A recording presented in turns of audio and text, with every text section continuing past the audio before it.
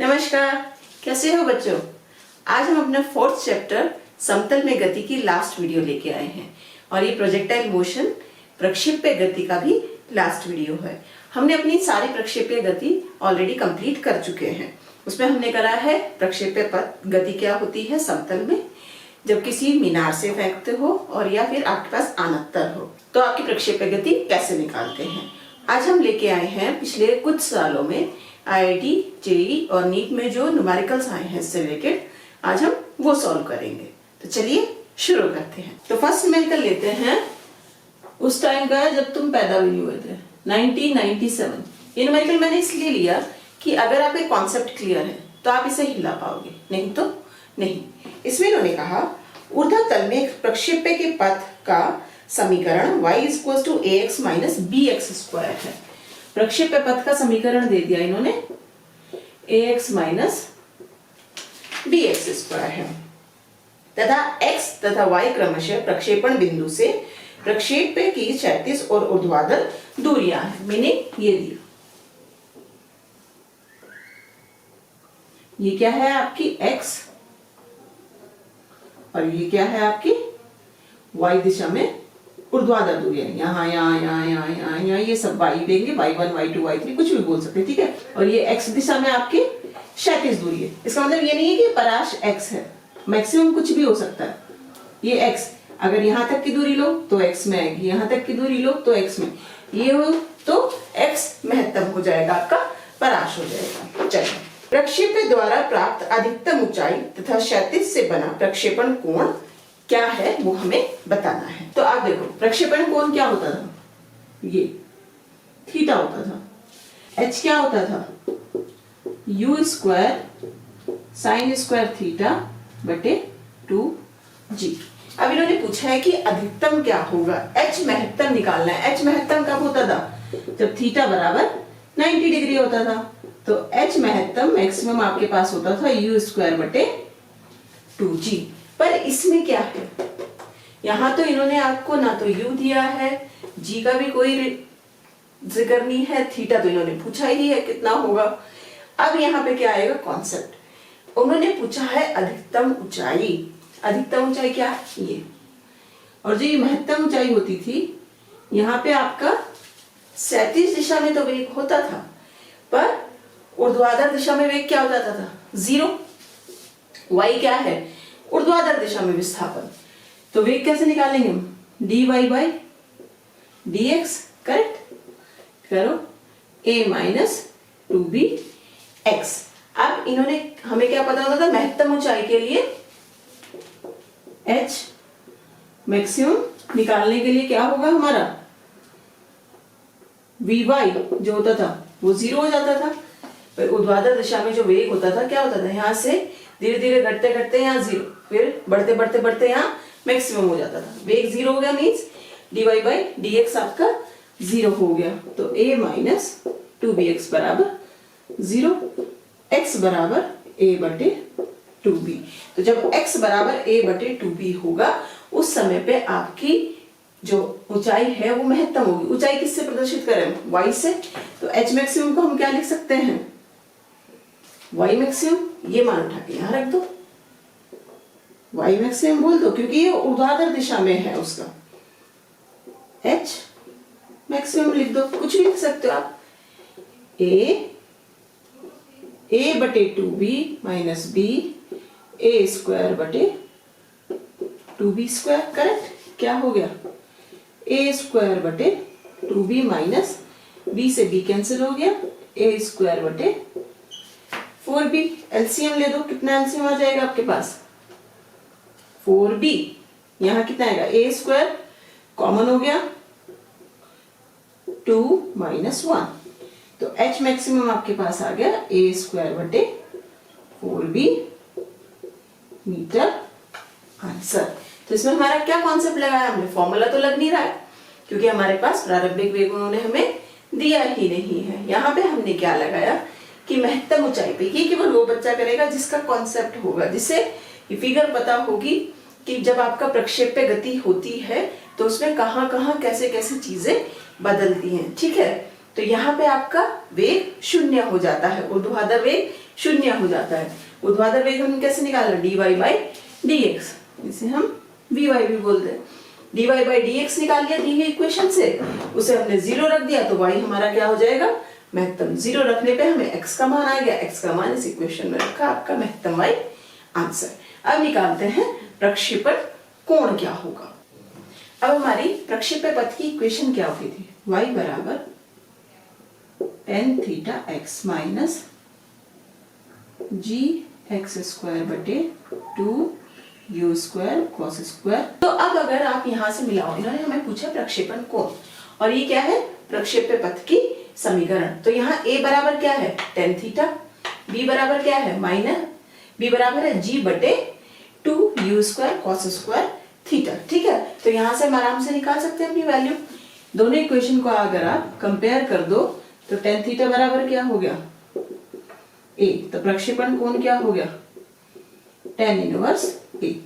ऐसे भी आंसर निकल गया। दूसरा सेम अगेन थिंग आती है, अगर आपका कॉन्सेप्ट क्लियर है तो उसमें हमारा क्या आता था, कैसे निकालते थे हम tan theta, dy by dx निकाल लो दोबारा 2bx। ठीक है, और dy by dx at x equals to 0 क्या होता था, tan थीटा। स्लोप जो हम निकालते थे, ढाल जो निकालते थे tan थीटा, वो ऐसे ही तो निकालते थे। अब इसमें x का मान 0 रख दो तो क्या आएगा, tan थीटा बराबर a minus 2b into 0 a tan theta. So theta is equals to tan inverse a answer.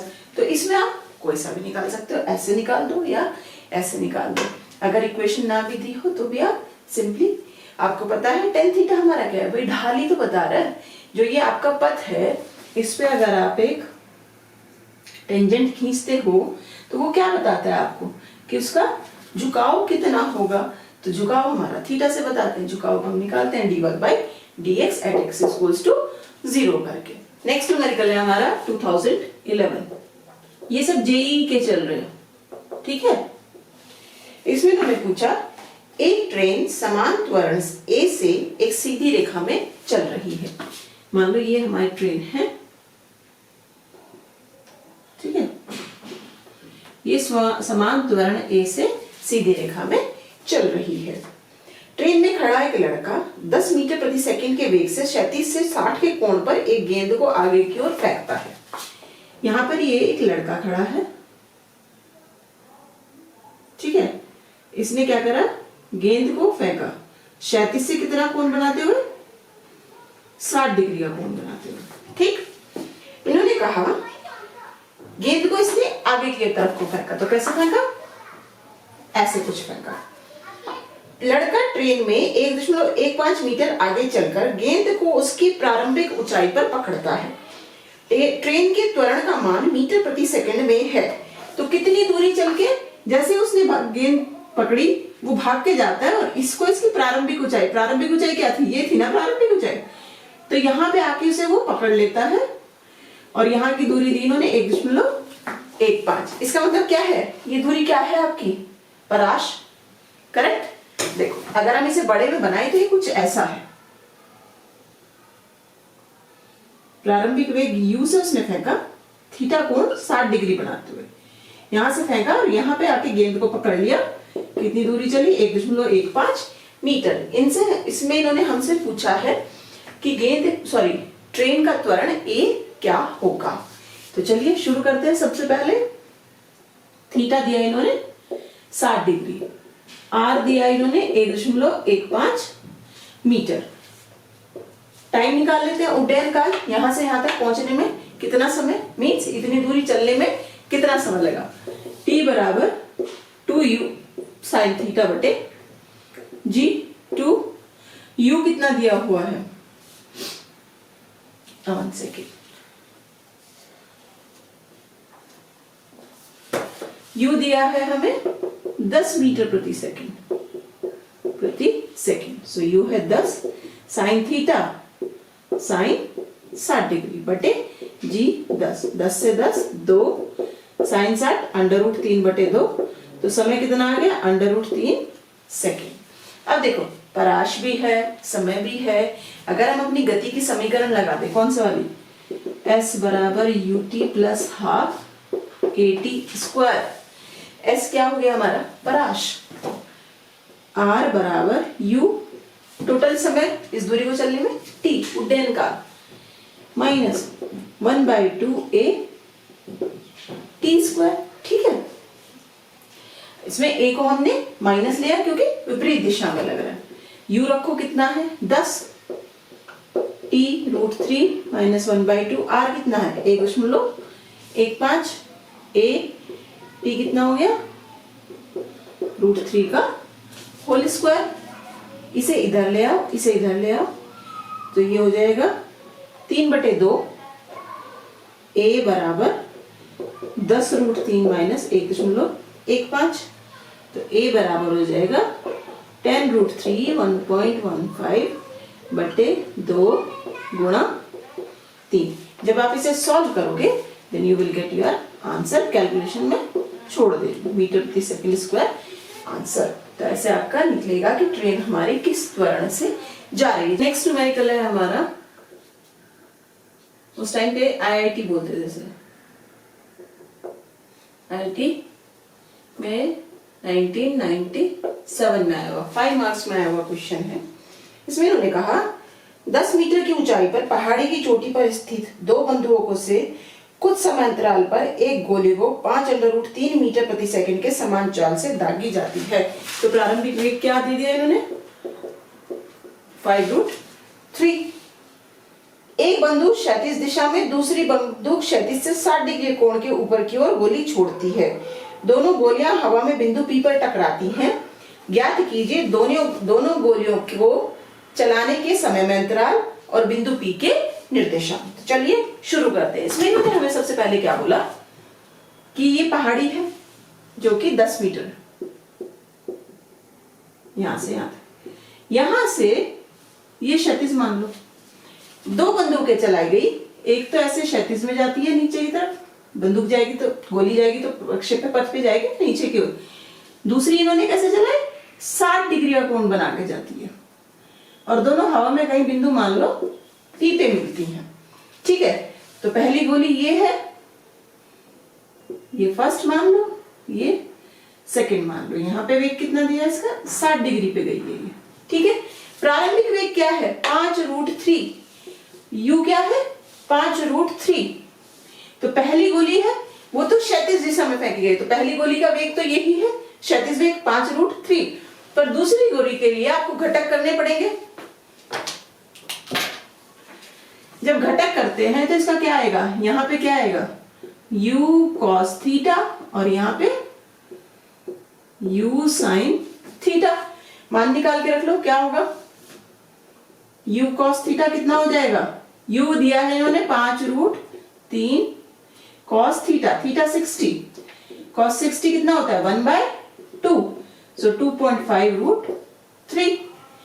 अब निकालो u sin theta, sin theta 5√3 sin 60, sin 60 का मान कितना होता है √3/2, तो कितना हो जाएगा 5√3 इंटू √3/2, ये 2.5, 25 30 75, 7.5 मीटर प्रति second. Okay, so let's start. अच्छा, एक और चीज, अब इन्होंने कहा कि बिंदु P पे मान रहे, तो ये हो गई हमारी ऊंचाई h। अगर ये क्षैतिज है तो ये कितना हो गया, y बराबर 10 - h हो गया। करेक्ट, तो चलो शुरू करते हैं। सबसे पहले हम निकालेंगे एक और चीज, दोनों को समान ऊंचाई से फेंका गया है और समान बिंदु पे आके मिल गए, तो जो उनका क्षैतिज विस्थापन है वो तो बराबर हुआ दोनों का, एक जगह पे तो आके मिल रही है। वो अलग बात है कि अलग अलग टाइम पे उन्हें चलाया है, पर मिल तो एक ही जगह पे रही है, तो क्षैतिज विस्थापन दोनों का बराबर है। अब एक और चीज देखो, जो पहली गोली थी वो चली इस वेग से, क्षैतिज वेग उसका, उसे फेंका ही क्षैतिज वेग, क्षैतिज दिशा में। ठीक है, जो पहली गोली है उसे चलाया ही क्षैतिज दिशा में, तो उसका वेग पूरा का पूरा 5√3 है। पर जो दूसरी है उसे ऐसे करके चलाया, क्षैतिज से कुछ कोण बनाते हुए चलाया, तो इसका क्षैतिज दिशा में जो घटक है वो कितना है u cos थीटा। 2.5√3 आया उसका वेग, तो जो दूसरी गोली है उसका क्षैतिज घटक कम है, तो इसका मतलब वो बिंदु P पे पहुंचने में ज्यादा टाइम लगेगी। यहां से भी देख लो, ज्यादा ऊंचा जाके लंबा रास्ता चल के आ रही है। पहली गोली पहले पहुंच जाएगी, दूसरी गोली कुछ कम टाइम लेगी, तो दोनों समय में हमारा अंदर आ जाएगा। अब अगर हम कह दें पहली गोली हमारा समय कितना लेती है T1, दूसरी गोली समय लेती है T2, क्योंकि विस्थापन दोनों का बराबर है, तो चलो निकालो। x बराबर ut प्लस हाफ AT², इस इक्वेशन से। तो पहली गोली के लिए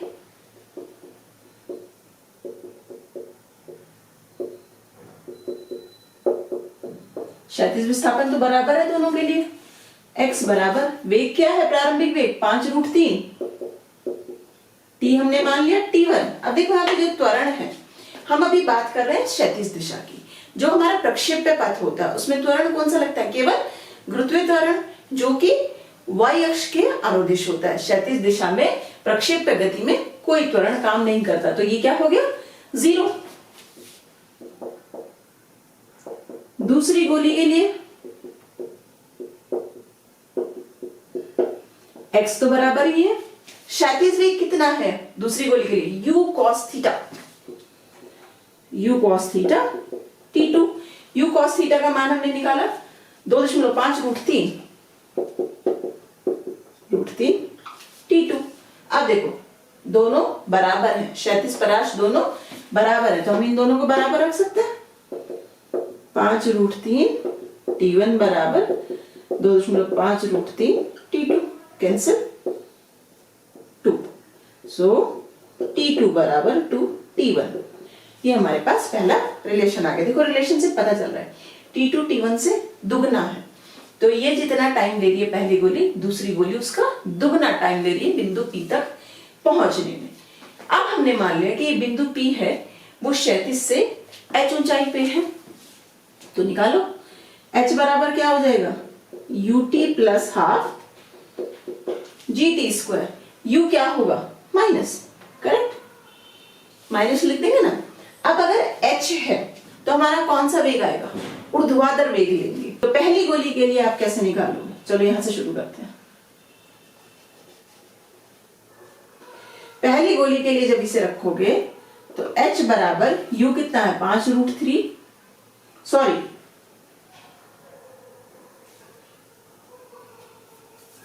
पहली गोली के लिए रखोगे तो h बराबर, आप देखो पहली गोली क्षैतिज से चली है, उसका तो कोई ऊर्ध्वाधर वेग है ही नहीं, तो ये घटक क्या हो जाएगा, 0। पहली गोली के लिए केवल क्या आएगा, -1/2 GT², -1/2 GT1²। अब दूसरी के लिए निकालो, दूसरी के लिए क्या आ जाएगा हमारा, दूसरी जो गोली है वो 60 डिग्री पे चलाई है, उसका ऊर्ध्वाधर घटक है, तो h बराबर u sin theta T2 -1/2 GT2²। u sin theta कितना है हमारे पास, 7.5 T2 -1/2 g का मान 10 रखेंगे, सॉरी यहाँ g रखते हैं, g का मान 10 रखेंगे T2², तो हमारे पास क्या आ जाएगा, इसे यहाँ लिख लेते हैं, T2 बराबर 2 T1, ये हमारी इक्वेशन 1 है। 5 तो ये आ गया 7.5 T2 -5 T2² h।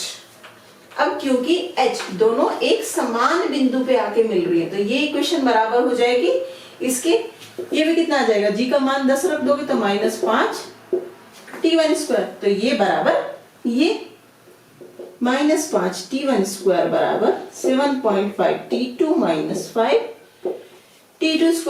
अब यहाँ पे क्या करो, पहली इक्वेशन से रख दो, T1 को T2 के बराबर रख दो, तो क्या आ जाएगा, T1 बराबर T2/2 -5 T1 is T2/2 का होल स्क्वायर फ्रॉम इक्वेशन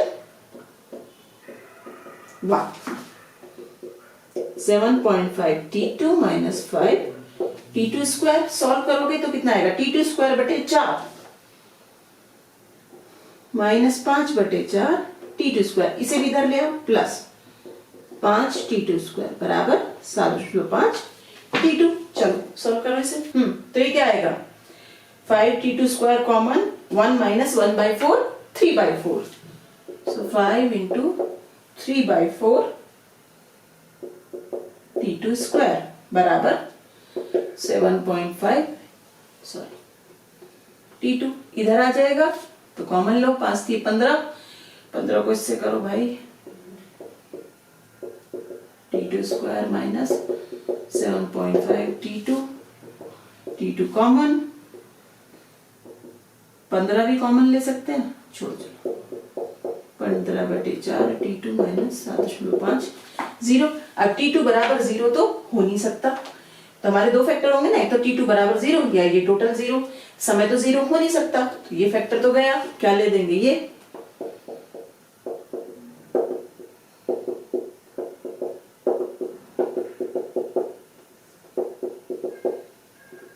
10 15 पंचे 75 5 दूनी 10 2 दूनी 4 t2 आया 2 सेकेंड। तो दूसरी गोली को बिंदु P तक पहुंचने में लगा समय कितना होगा t2, पर उन्होंने हमसे क्या पूछा है समय अंतराल कितना होगा, ये पहली गोली और दूसरी गोली कितनी देर बाद एक दूसरे से पहुंचेंगी। तो यहां से निकालो t2 हमारे पास क्या आ गया 2 सेकेंड, तो t1 क्या हो गया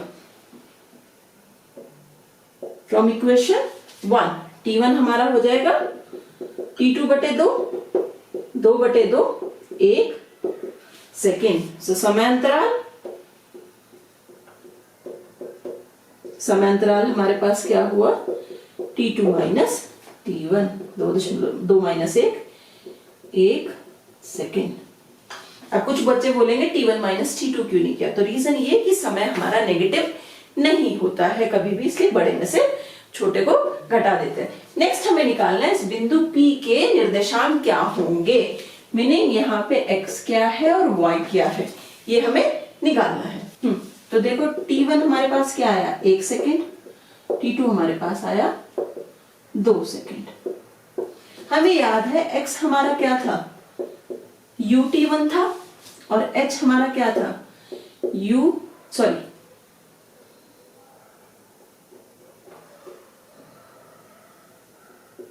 हाफ gt² था पहली गोली के लिए, क्योंकि पहली गोली का जो ऊर्ध्वाधर वेग था वो 0 था। ये हम क्यों निकाल रहे हैं h, देखो y बराबर क्या है 10 माइनस h, ये जो यहाँ से दूरी है y निर्देशांक तो यही तो निकलेगा ना 10 माइनस h होगा, तो हम y भी बता देंगे मान रख दो। u कितना है 5√3, t1 कितना है 1, तो x का मान क्या आ गया 5√3। अब h निकालो, h बराबर माइनस हम यहाँ पे हटा दे रहे हैं क्योंकि ये केवल दिशा को दिखा रहा है h की, ठीक है। देखो ऊपर से नीचे की ओर नाप रहे हैं, माइनस y में नाप रहे हैं। t1 कितना है हमारे पास 1 सेकेंड, g कितना है 10, h आ गया 5, तो y कितना होगा 10 माइनस h 10 माइनस 5 तो निर्देशांक क्या हो जाएंगे x y 5√3 और 5, ये हो गया आपका आंसर। तो बच्चों डरना नहीं है, न्यूमेरिकल्स देख के हो जाता है पता नहीं क्या पूछ लिया, हमें तो बस उड्डयन काल आता है, पराश आता है, अधिकतम ऊंचाई आती है और इक्वेशन पता है, इसमें तो ऐसा कुछ भी नहीं है। तो अगर आपको अपने कंपटीशन लेवल की तैयारी लेके चलनी है तो हमेशा ध्यान रखो फॉर्मूले मत रट, आप कॉन्सेप्ट पे ध्यान दो। जेईई में हमेशा आपके कॉन्सेप्ट के न्यूमेरिकल्स आते हैं, तो कॉन्सेप्ट्स पे ध्यान दो, ठीक है। नेक्स्ट न्यूमेरिकल आपका पूछा तो गया नहीं है पर एक अच्छा न्यूमेरिकल है। एक गोला एक तोप द्वारा u वेग से क्षैतिज से थीटा कोण पर r दूरी पर एक पहाड़ी की ओर दागा जाता है।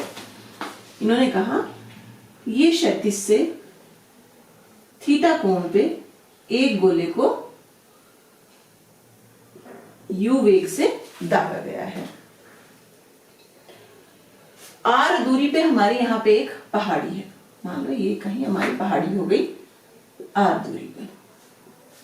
इन्होंने पूछा है पहाड़ी की तली से कितनी ऊंचाई पर गोला टकराएगा। इसका मतलब क्या है कि गोला आपका यहां से जाके यहां नहीं टकरा रहा, यहां कहीं बीच में टकरा रहा है, तो कुछ ऐसा सा हो जाएगा।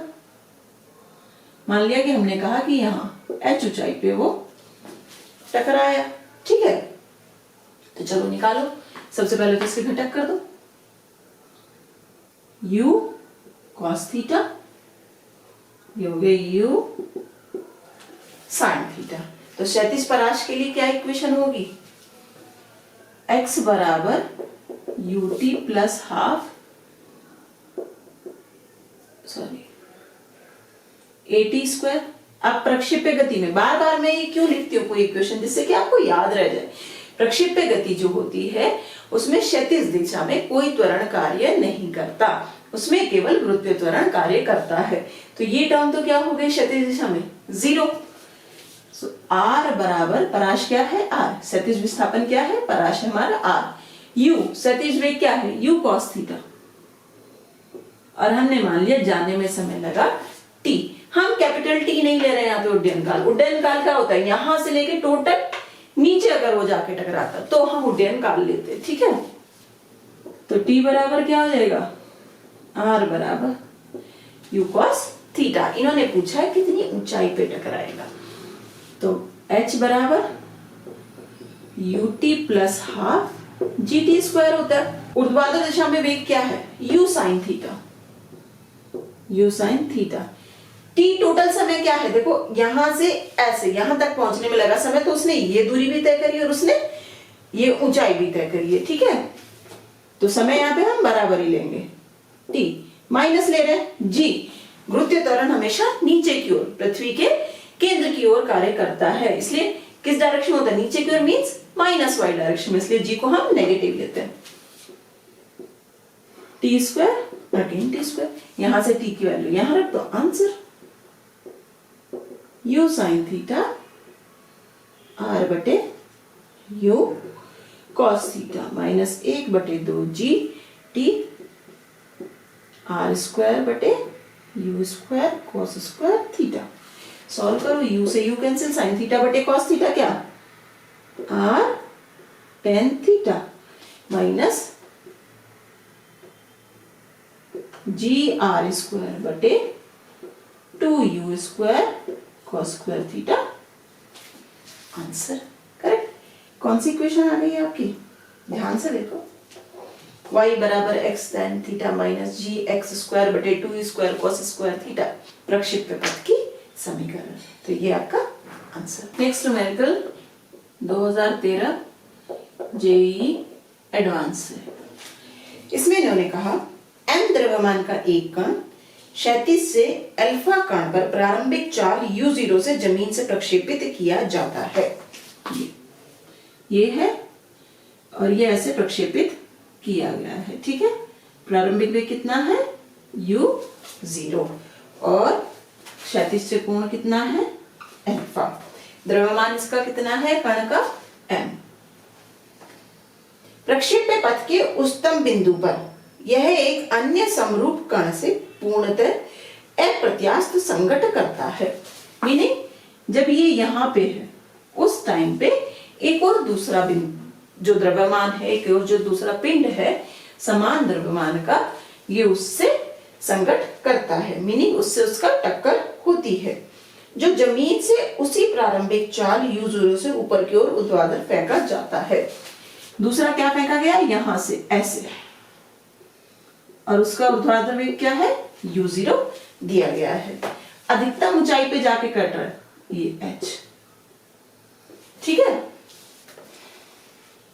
संघट के तुरंत बाद संयुक्त निकाय क्षैतिज से कोण बनाता है। संघट के बाद जो ये टोटल है उसका कोण क्या होगा वो हमें निकालना है। चलिए शुरू करते हैं। इसका पहले क्या होगा, ये u0 cos अल्फा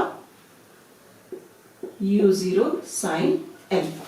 अभी पहले हम बात करते हैं अपने पहले कण की। तो इसमें हो क्या रहा है, एक पत्थर को ऐसे फेंका है, जब वो पत्थर को आपने ऐसे फेंका, जब यहां से फेंका और वो अपनी अधिकतम ऊंचाई पे पहुंचा, तब दूसरे पत्थर को ऐसे नीचे से फेंका गया, उसका प्रारंभिक वेग भी u0 ही है, वो यहां आके इससे टकराता है। अब इन्होंने कहा टकराने के बाद जब दोनों मिल गए, टकरा गए, तो उसके बाद जो एक नया निकाय बना, दोनों के टकराने के बाद इसका कोण कितना होगा, मीनिंग किस कोण से ये नीचे की ओर आपका जाएगा, हमें थीटा निकालना है क्या होगा। तो चलिए शुरू करते हैं। सबसे पहले जब ये पहला बिंदु हमारा h ऊंचाई पे पहुंचा तो हम जानते हैं h ऊंचाई पे ऊर्ध्वाधर वेग 0 हो जाता है। यहाँ क्या है, केवल u0 cos अल्फा। तो पहले पिंड के लिए या पहले द्रव्यमान के लिए आपकी अधिकतम ऊंचाई क्या होगी, अधिकतम ऊंचाई का फॉर्मूला क्या होता है, h बराबर u square sine square theta बटे 2g। ठीक है, यहाँ पे पहले पिंड के लिए प्रारंभिक वेग क्या है, u, तो h हो गया हमारा u0 square sine square alpha, यहाँ पे कोण क्या दिया होगा, अल्फा बटे 2g। ये तो हुआ पहले पिंड के लिए। अब लिखो दूसरे पिंड के लिए। उस पिंड का द्रव्यमान भी क्या है हमारे पास, m ही है, समरूप है। अगर यहां से आपने एक टेनिस बॉल फेंकी है तो नीचे से भी आपने एक टेनिस बॉल ही फेंकी है, ये इन्होंने कहा।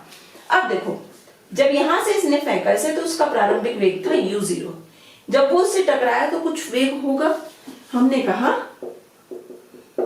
v वेग से टकराया। ठीक है, तो लिख दो, इसके लिए भी प्रारंभिक वेग क्या है, u0 ही है। तो v स्क्वायर बराबर u स्क्वायर माइनस 2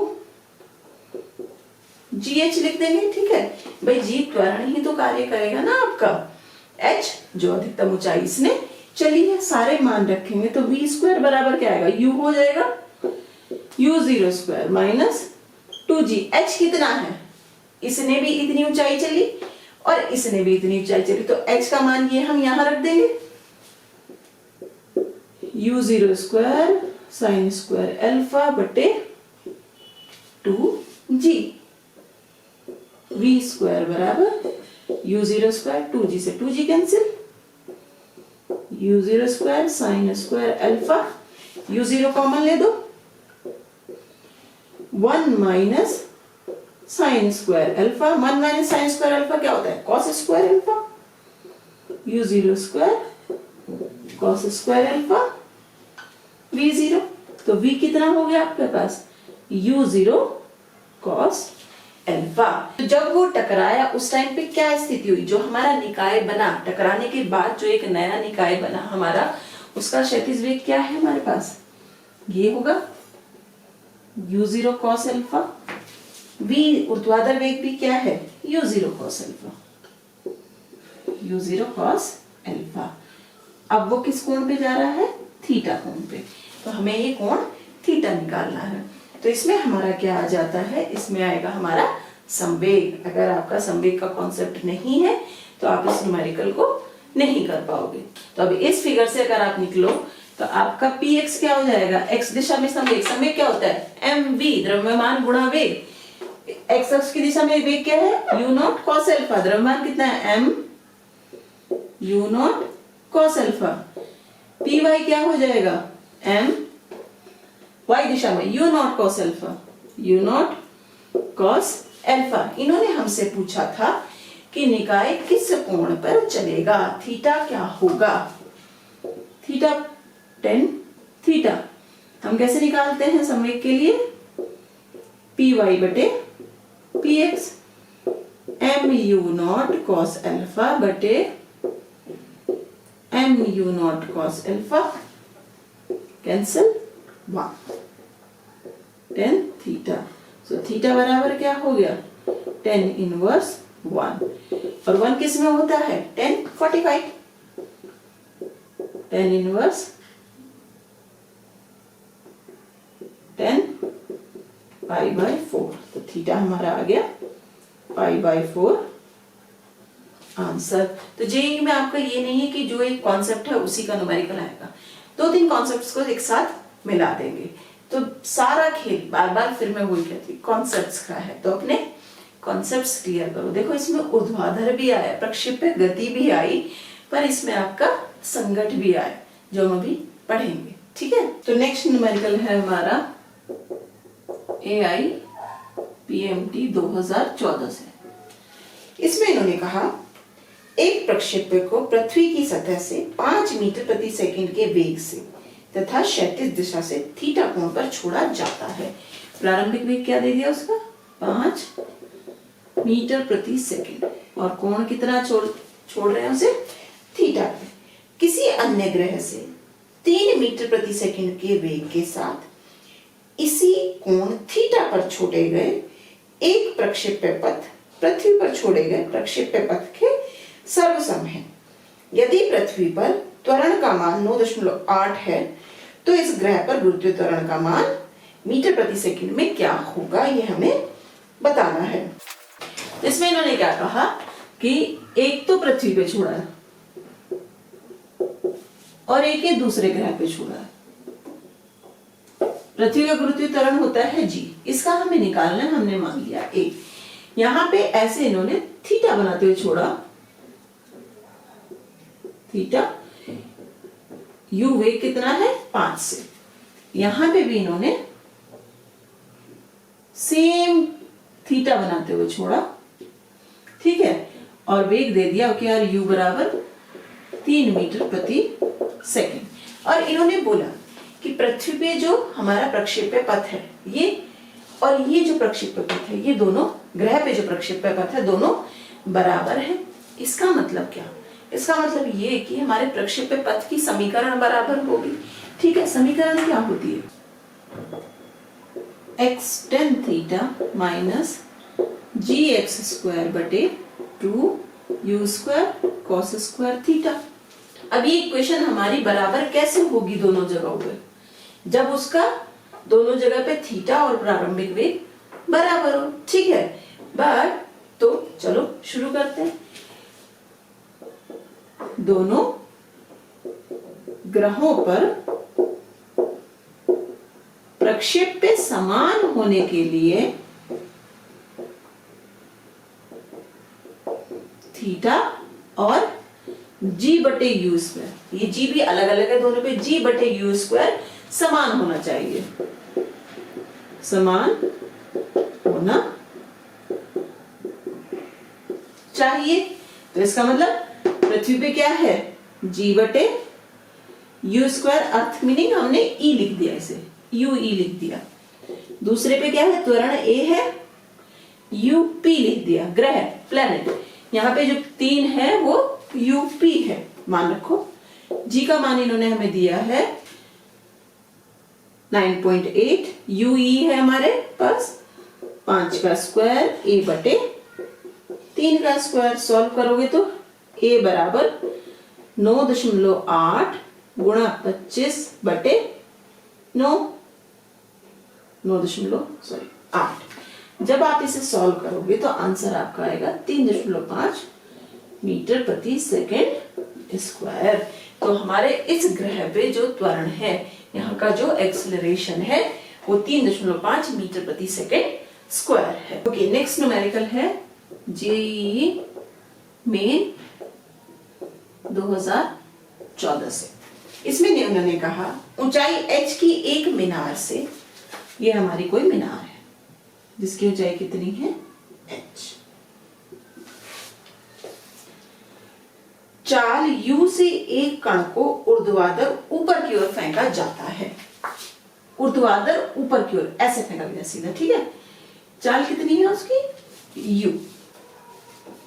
कण को पृथ्वी तक गिरने में लगा समय, मीनिंग उसे ऊपर की ओर फेंका गया तो वो कुछ ऐसे आएगा।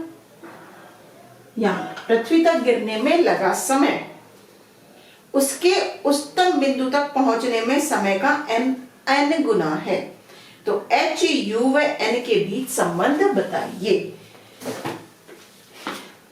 ये मान लेते हैं, यहां से यहां तक की हाइट हम मान लेते हैं h डैश, ठीक है। और यहां से यहां तक अधिकतम ऊंचाई तक जाने में उसे कितना समय लगा? t। उन्होंने कहा कि अधिकतम ऊंचाई तक जाने में लगा समय और पूरा पाथ जमीन तक आने में लगे समय n गुना है, मीनिंग h डैश तय करने में लगा समय कितना है? t है। पर यहां से लेके और टोटल नीचे तक आने में, मीनिंग आपका h डैश एच डैश फिर एच, तय करने में लगा समय कितना है, एन टी है। करेक्ट, यहां तक आने में लगा समय टी और यहां से यहां तक आने में लगा समय एन टी है। तो अब ये बताओ जरा, यहां से यहां तक आने में लगा समय कितना होगा। मैं क्या कह रही हूं, देखो यहां पे ध्यान दो, कंफ्यूजन की कोई जरूरत नहीं है। यहां तक आने में लगा समय t है, यहां से यहां तक आने में लगा समय nt है। तो अब मैं पूछ रही हूं इतने में आने में लगा समय कितना होगा, nt minus T. Correct, nt minus T means n minus one T. यहां से यहां तक का समय है हमारे पास n माइनस वन टी। अब हमें संबंध निकालना है h, n और u के बीच में। तो सबसे पहले निकालते हैं कि ये t कितना है। इक्वेशन लिख लो, v बराबर u माइनस जी टी। जब भी हम g में इक्वेशन लिखते हैं हमेशा माइनस में आती है, सेम रीजन, g केंद्र की तरफ को होता है, g हमेशा नेगेटिव होगा। अभी देखो h है, अब हम ऊपर की ओर फेंक रहे तो h हमारा पॉजिटिव हो गया, नीचे की ओर आता तो h हमारा नेगेटिव हो जाता। अब देखो यहां पे जब ये यहां पहुंचा इस ऊंचाई पे, उसका वेग क्या हो जाएगा, 0, तभी तो वो नीचे गिरना शुरू हुआ। देखो जब कोई चीज हम ऊर्ध्वाधर दिशा में गति करते हैं ऐसे नीचे से ऊपर, तो उसका वेग बढ़ते बढ़ते फिर ऊपर जाके 0 हो जाएगा, वो रुकेगी, फिर वो नीचे आने स्टार्ट होगी। तो यहां तक आने में लगा समय t है, v क्या हो जाएगा यहाँ पे 0, तो t बराबर क्या हो गया u बटे g। अब हम क्या ये हाइट निकाल सकते हैं, h डैश, h डैश बराबर क्या होगा ut minus half G T square, ut minus half G T square. सारी इक्वेशन मान रख दो, t का मान क्या है u बाई जी। भाई h डैश तय करने में लगा समय t है ना, u इंटू यू बटे जी माइनस 1/2 जी u स्क्वायर बटे सॉरी जी स्क्वायर। यहाँ क्या हो गया u स्क्वायर बटे जी माइनस g से g कैंसिल, u स्क्वायर बटे 2g, तो ये आया u स्क्वायर बटे 2g। अब देखो इसमें h आपका पॉजिटिव आ रहा है, क्यों, आपने ऊपर की तरफ को, तो जो ये h डैश नापा जा रहा है ये ऊपर की है प्लस x दिशा में, इसलिए आपका प्लस आ गया। ठीक है, अब हम क्या करते हैं, टोटल दूरी के लिए इक्वेशन लिखेंगे h प्लस h डैश के लिए। सो h प्लस h डैश आपका क्या हो जाएगा 1/2 G T square. Correct, g लिख दो, g t स्क्वायर कितना है, टोटल में लगा समय कितना है n minus one T, n minus one square T square. अब यहाँ पे क्या मान रखो, h डैश का मान रख दो और t का मान रख दो, हमारा रिलेशन आ जाएगा। चलो रखो, h प्लस h डैश का मान क्या है u स्क्वायर बटे 2g बराबर 1/2 g। अब अगर बच्चे यहाँ पे पूछेंगे मैडम यहाँ तो आपने g को माइनस नहीं लिया, क्यों नहीं लिया, देखो यहाँ पे ये और ये दोनों माइनस है, h डैश प्लस h कैसे नापा जा रहा है, जब गेंद नीचे आ रही है तो h भी नेगेटिव है, g भी नेगेटिव है, तो वो कैंसिल हो जाएगा। जब गेंद हमारी नीचे आनी शुरू हुई, देखो यहाँ से ये है इक्वेशन तो ये हुई ना, h बराबर ut plus half G T square, ये इक्वेशन होती है। यहाँ पे h क्या है, ये जब गेंद नीचे आनी शुरू, तो h भी किसमें हम नाप रहे, नेगेटिव में, तो ये भी नेगेटिव। जब गेंद यहां थी तो उसका वेग क्या था 0, तो ये क्वेश्चन क्या हो गया 0, 1/2 जी टी स्क्वायर, जी नीचे की तरफ को, तो ये भी माइनस हो गया, ये तो 0 हो गया, माइनस से माइनस कैंसिल, इसलिए इसे हमने यहाँ पे डायरेक्ट लिख दिया। ठीक है, g n minus one whole square, t की वैल्यू क्या है u बटे जी, u स्क्वायर बटे जी स्क्वायर, g से g कैंसिल। अब इसे इधर ले जाओ, h बराबर यहाँ क्या बचा हमारे पास n माइनस वन स्क्वायर बटे 2 u स्क्वायर बटे g माइनस, इसे इधर ले जा रहे हैं u स्क्वायर बटे 2g, u स्क्वायर बटे 2g common, n minus one का whole square minus 1 u square बटे 2g 2g, इसे अगर आप खोल दोगे तो क्या बन जाएगा, n minus one minus one, n minus one plus one, correct, 0 0, ये -2 हो गया, तो यहाँ क्या बचा, n u स्क्वायर बटे 2g n माइनस 2, सो h बराबर 2g, h बराबर n माइनस 2 u स्क्वायर। ये हमारा रिलेशन आया, किसमें निकालना था, h n और u के बीच में, ये आपका relation, answer. Very nice, simple question, एकदम सिंपल, बस गति की समीकरण से हो रहा है आपका, ठीक है ना। नेक्स्ट न्यूमेरिकल है हमारा AIPMT 2013 से। तो वेग दिया है इन्होंने हमें 3I + 10J। अब इन्होंने हमसे पूछा है कि महत्तम ऊंचाई क्या होगी और महत्तम पराश क्या होगा। सबसे पहले तो यहां से हमें क्या मिल रहा है, Vx बराबर 3 मीटर प्रति सेकेंड, Vy बराबर 10 मीटर प्रति सेकेंड। अगर ये चीज आपको समझ नहीं आ रही है तो बेटा पहले वेक्टर्स देखो, उसमें आपको पता चलेगा हम कैसे निकालते हैं। V बराबर Vxi + Vyj, जहां ये क्या है, x दिशा के अनुदिश वेग दिखाता है, ये कंपोनेंट दिखाता है y दिशा के अनुदिश वेग, ठीक है। अब ऊंचाई का फॉर्मूला क्या होता है, u square sine square theta बटे 2g, करेक्ट। h मैक्सिमम होगा जब थीटा हमारा क्या हो जाएगा, 90 डिग्री, तो h बराबर क्या हो गया, u स्क्वायर बटे 2g, h मैक्सिमम। तो सबसे पहले h मैक्सिमम निकाल दो। u, देखो एक और चीज, हम फॉर्मूले में u लिखते हैं पर इन्होंने हमें v दिया है, ये केवल एक प्रदर्शित करने का तरीका है। प्रारंभिक वेग आप u बोल दो, v बोल दो, कैपिटल V बोल दो, ये आपकी मर्जी है, आप कुछ भी नाम दे दो, ठीक है। तो इक्वेशन हमारी क्या हो जाएगी यहाँ, Vx स्क्वायर बटे 2g। Vx कितना है, सॉरी h है, h ऊर्ध्वाधर दिशा में, तो कौन सा वेग आएगा, ऊर्ध्वाधर घटक Vy 10 का स्क्वायर बटे 2 गुना 10, 10 से 10 कैंसिल, 2 से ये 5 मीटर आ गया हमारे पास महत्तम ऊंचाई।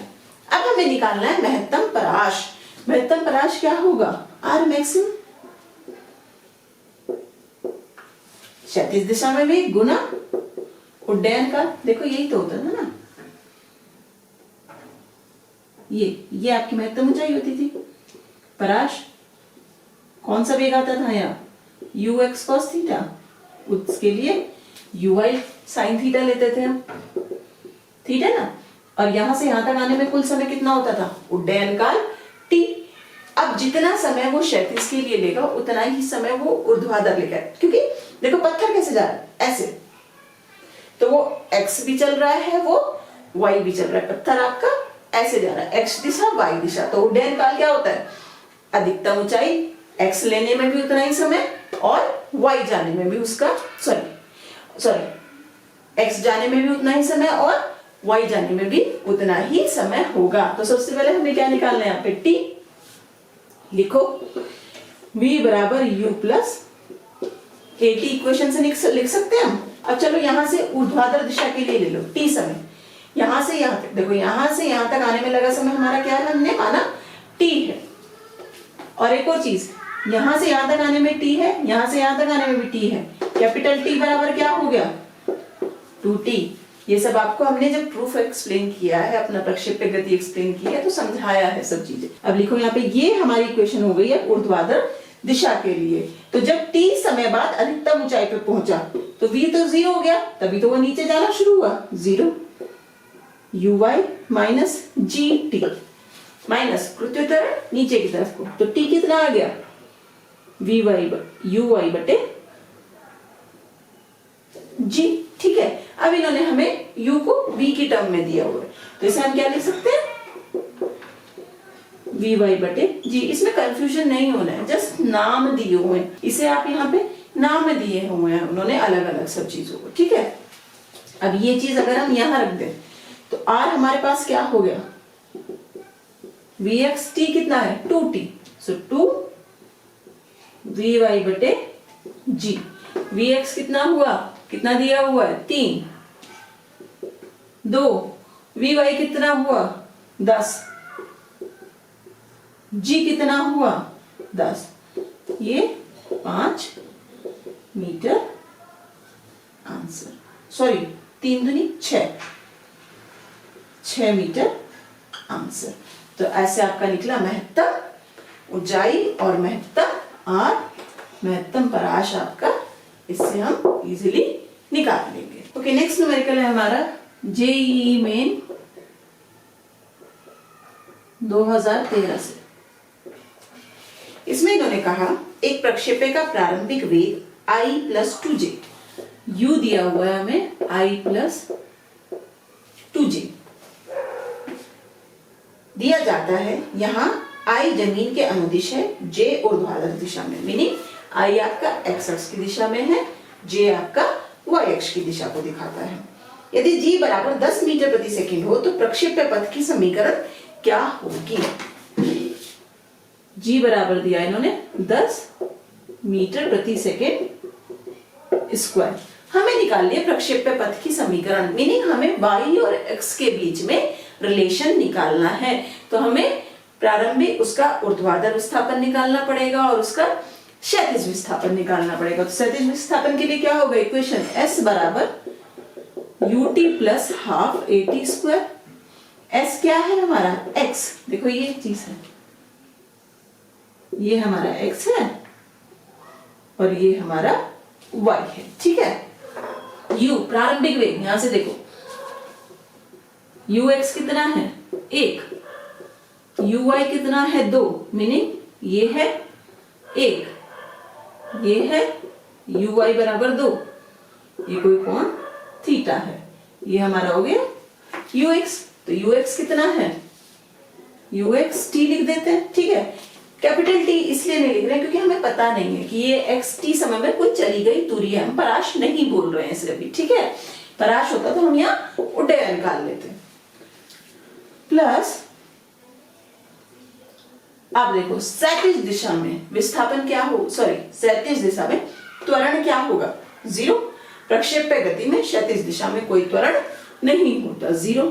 तो x बराबर ux कितना है? 1 t, इक्वेशन 1। अब ऊर्ध्वाधर दिशा में विस्थापन निकालो, मीनिंग हमें क्या निकालना है? h बराबर ut + ½ gt²। हम ऊर्ध्वाधर दिशा की बात करें तो h क्या है? y। प्रारंभिक वेग क्या है हमारा? uy t माइनस 1/2 gt², ठीक है। अब uy कितना है? 2, तो बार ut - ½ gt²। पर हमें रिलेशन किसमें निकालना है? x और t के बीच में, इक्वेशन 2। सो फ्रॉम फर्स्ट और सेकंड t की जगह पे x रख सकते हैं। So from equation 1 and 2 y बराबर 2x - ½ x क्या है? x², ½ gx²। तो ये आपका रिलेशन आ गया, ये आपके आ गई प्रक्षेप्य पथ की समीकरण, y और x के बीच में आपका रिलेशन। अच्छा, इसमें एक और चीज, इन्होंने g की वैल्यू दी हुई है हमें 10, तो अगर हम यहाँ g 10 लिख दें तो रिलेशन आ जाएगा y बराबर 2x - ½ × 10x², 2x - 5x², ये आंसर आएगा। अब इसमें एक और चीज है बच्चों, हमें प्रक्षेप्य पथ की समीकरण पता है क्या होती है? y बराबर x tan theta minus gx²/2 u² cos² theta, correct. तो इस न्यूमेरिकल को हम इससे भी सॉल्व कर सकते हैं, कैसे? चलो शुरू करते हैं।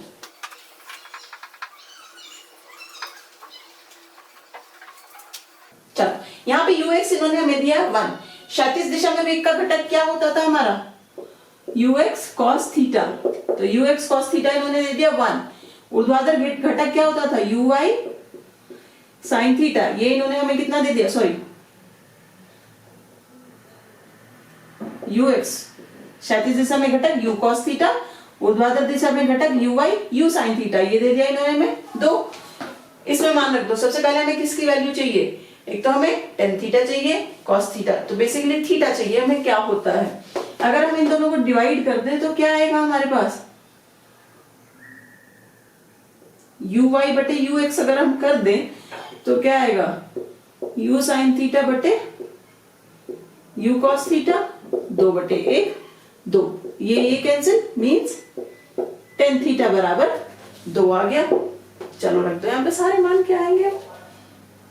सो y बराबर टेन थीटा की जगह पे 2 2x माइनस जी एक्स स्क्वायर बटे 2 u कॉस थीटा, इन्होंने हमें दिया हुआ 1 का स्क्वायर 2x माइनस जी की वैल्यू 10 एक्स स्क्वायर बटे 2 cancel 5 2x minus 5x square. तो आप या तो उस तरीके से निकाल लो या इक्वेशन में रख के वैल्यूज करके निकाल लो। बस क्या है आपका कॉन्सेप्ट है, बहुत छोटा सा कॉन्सेप्ट है। ux क्या होता है, यहाँ पे ये x दिशा के अनुदिश वेग है, यहाँ पे ये y दिशा के अनुदिश वेग। नेक्स्ट है AIEEE से कब आया हुआ है 2012। इसमें इन्होंने पूछा एक लड़का एक पत्थर को अधिकतम 10 मीटर की ऊंचाई तक फेंक सकता है। लड़का उसी पत्थर को किस अधिकतम क्षैतिज दूरी तक फेंक सकेगा, यह हमें बताना है। तो अधिकतम ऊंचाई कितनी दी है 10, h मैक्सिमम दिया है 10 मीटर। इन्होंने अधिकतम पराश क्षैतिज दूरी पूछी है कितनी होगी। फॉर्मूला क्या होता है h मैक्सिमम का, u स्क्वायर बटे 2g। r मैक्सिमम का फॉर्मूला क्या होता है u स्क्वायर बटे g। h मैक्सिमम का मान कितना है 10, u स्क्वायर बटे 2g। सो u स्क्वायर बटे g का मान कितना आ गया 10 गुणा 2 20, और r मैक्सिमम क्या है u स्क्वायर बटे g ही तो है। सो 20 मीटर उसका अधिकतम पराश होगा। सिंपल। नेक्स्ट न्यूमेरिकल है हमारा AIEEE अगेन 2011 से। इसमें इन्होंने कहा पानी का एक फव्वारा धरती पर अपने चारों ओर पानी छिड़कता है। यदि फव्वारे से निकल रहे पानी की चाल v है, तब फव्वारे के चारों ओर गीला होने वाला कुल क्षेत्रफल कितना होगा। तो इसका मतलब क्या है, कुछ फव्वारा आपका ऐसे चल रहा है, ठीक है ना। अब चलेगा तो वो जमीन पे कुछ दूरी तक गिरेगा। अब इन्होंने कहा कि जो ये फव्वारा है ऐसे तो बहता है ना फव्वारा, तो ये कुछ क्षैतिज दूरी हो गई। अगर आप इसे ध्यान से देखो तो ये क्या है प्रक्षेप्य पथ, और ये इसका मैक्सिमम पराश है। r क्या है इसका मैक्सिमम है। अब इन्होंने कहा कि फव्वारा अपने चारों तरफ कितना क्षेत्रफल गीला करेगा। फव्वारा कैसे निकलता है, सारी दिशाओं में निकलता है और बराबर निकलता है। तो क्या होगा देखो, ऐसे ऐसे पीछे, तो एक नीचे क्या बनाएगा वो सर्कल बनाएगा जिसे कि वो गीला कर रहा होगा। और उस सर्कल का त्रिज्या क्या होगी, इसका क्षैतिज पराश। क्षैतिज पराश क्या होता है हमारे पास r मैक्सिमम बराबर v स्क्वायर बटे g। प्रारंभिक वेग इन्होंने हमें v दिया है, तो कुल गीला क्षेत्रफल कितना होगा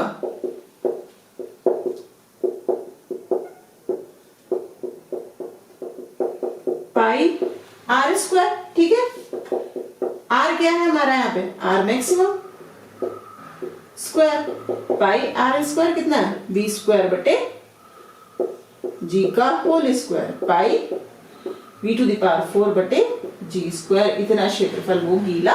तो मैक्सिमम जितने न्यूमेरिकल हो सकते थे लगभग हमने सभी कवर कर लिए हैं, पर ये नहीं है कि इतने हैं तो बस इतने ही करने। जितने ढूंढ सकते हो उतने न्यूमेरिकल सॉल्व करो। हमेशा कहती हूँ जितने न्यूमेरिकल सॉल्व करोगे उतना आपका कॉन्सेप्ट अच्छा होता जाएगा। हर न्यूमेरिकल में कुछ ना कुछ नया आपको मिलेगा। मैं जब भी करती हूँ प्लीज हमेशा अपनी कॉपी और पेन साथ लेके बैठो। जब भी हम न्यूमेरिकल सॉल्व करते हैं तो पहले पॉज कर दो वीडियो को, जहां न्यूमेरिकल स्टार्ट हुआ है पहले आप खुद से सॉल्व करो। जब अटकोगे तो ज्यादा अच्छा समझ में आएगा कि कहाँ गलती होती, फिर आप अपनी गलती पकड़ पाओगे। खाली देखो नहीं। देखो अगर मैं यहाँ पे आधे एक घंटे का वीडियो बनाती तो उस 1 घंटे वीडियो के देखने के बाद आपकी खुद की स्टडी कम से कम 1.5 से 2 घंटे की होनी चाहिए, तब आपका कॉन्सेप्ट क्लियर होगा। ठीक है ना, तो उतना टाइम आपको इन्वेस्ट करना पड़ेगा कॉन्सेप्ट्स को क्लियर करने के लिए। तो प्लीज टाइम देना शुरू करो। खाली वीडियो देखो ये नहीं कि समझ आ गया हो गया।